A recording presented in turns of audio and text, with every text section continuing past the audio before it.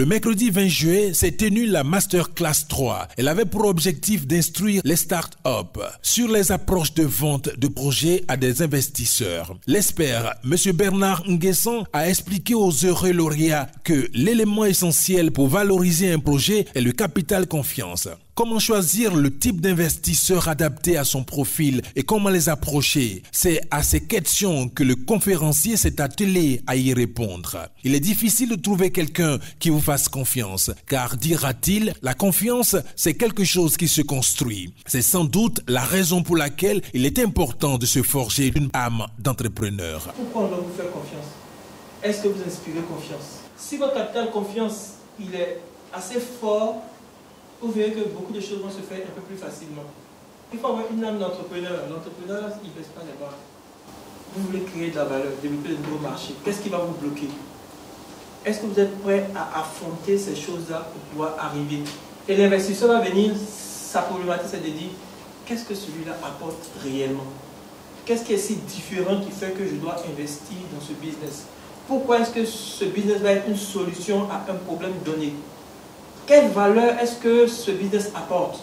Est-ce que vraiment la méthode d'hier que vous voulez démontrer, là, est-ce qu'elle est vraiment dépassée? Est-ce qu'elle n'a pas juste besoin d'être retoilettée? C'est des questions que vous devez vous poser. Dans l'élaboration de tout projet, a-t-il signifié, il ne faut pas juste se focaliser sur les investisseurs, mais toute personne capable de financer le dit projet.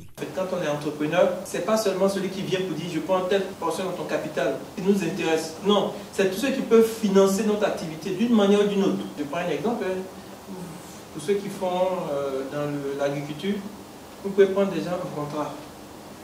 OK? Et au lieu de le faire une rémunération chaque mois, vous convenez par exemple, tu travailles pour mon champ pendant 6 mois, 1 an, je te verse juste ce dont tu as besoin pour manger.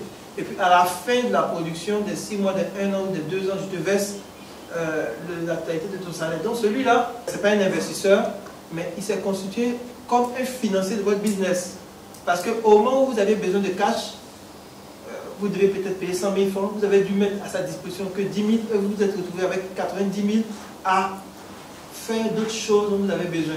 Comme aux formations précédentes, la notion de création d'une plateforme d'échange est revenue. L'organisation de forums, de salons constituerait un espace où investisseurs et entrepreneurs pourraient s'associer selon les domaines. Les investisseurs également aussi cherchent des entrepreneurs qui calent avec leur profil et ils se demandent comment les approcher. Donc il y a besoin de faire rentrer les deux dans un marché. Ce marché-là, c'est les forums. Des fois, il y a des salons de business angel également où on envoie différents entrepreneurs et puis différents investisseurs sont assis là, ils écoutent et puis bon, après chacun dit moi je veux aller avec ce monsieur-là parce que son business m'intéresse. Différents cas où les entrepreneurs et les investisseurs peuvent se rencontrer. Le premier investissement, c'est l'apport personnel, la famille, un conseil. Investir dans un projet avec un cycle court avant de franchir une autre étape et non se focaliser sur les premiers acquis en attendant que d'autres investisseurs viennent vous appuyer jusqu'à atteindre le quota escompté pour démarrer à proprement parler son projet. Le premier investisseur, c'est l'apport personnel. Combien je mets dans mon business? La famille, c'est important. Après, il y a des particuliers, personnes physiques. Comme vous et moi. Pour lui, vous pouvez être l'investisseur. Pour elle, vous pouvez être l'investisseur. Ok?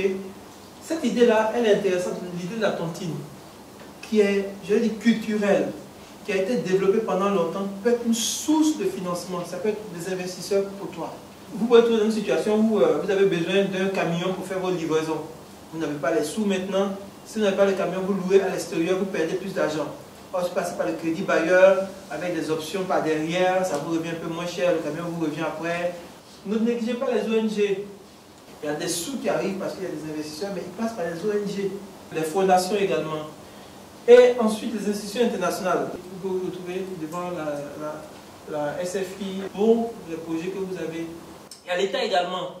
L'État peut dire, voilà mon plan national de développement. Dans mon plan national de développement, je vais faire ci, je vais faire ça.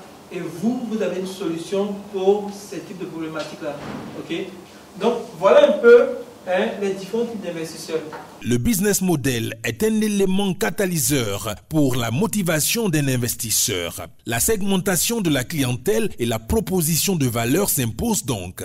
Il faut arriver à pouvoir bien maîtriser votre business model, avoir clair à l'esprit le segment de clientèle. Deuxième élément, la proposition de valeur. Vous cherchez à résoudre le problème du client. Je vous paye parce que vous me donnez du poulet qui est quasiment prêt, qui me donnera juste 3 minutes pour pouvoir manger. Vous apportez des valeurs, mais quels sont les canaux par lesquels vous présentez cette solution-là? Ça peut être un canal de communication. Il faut pouvoir bien cerner les activités clés de son business. Ok, si vous avez tous ces éléments-là, vous êtes maintenant prêt pour présenter votre projet à votre investisseur. C'est ça qui va déterminer tout. Maintenant, après, soyez prêts. Quand il dit soyez prêts, quand vous rencontrez, voilà ce que je fais, voilà comment j'apporte la valeur, voilà ce que vous gagnez, voilà ce que le problème comme ça de résoudre. Ok? Donc vous avez la démarche, c'est à vous de jouer. Ok? La démarche de vendre votre projet à un investisseur est à votre disposition. À vous de jouer. C'est sous l'une de ces formules que M. Bernard Nguessan a marqué la fin de sa formation avant d'indiquer que le regard doit être porté essentiellement sur l'étape qualité de son produit qui participe à la préservation de l'image.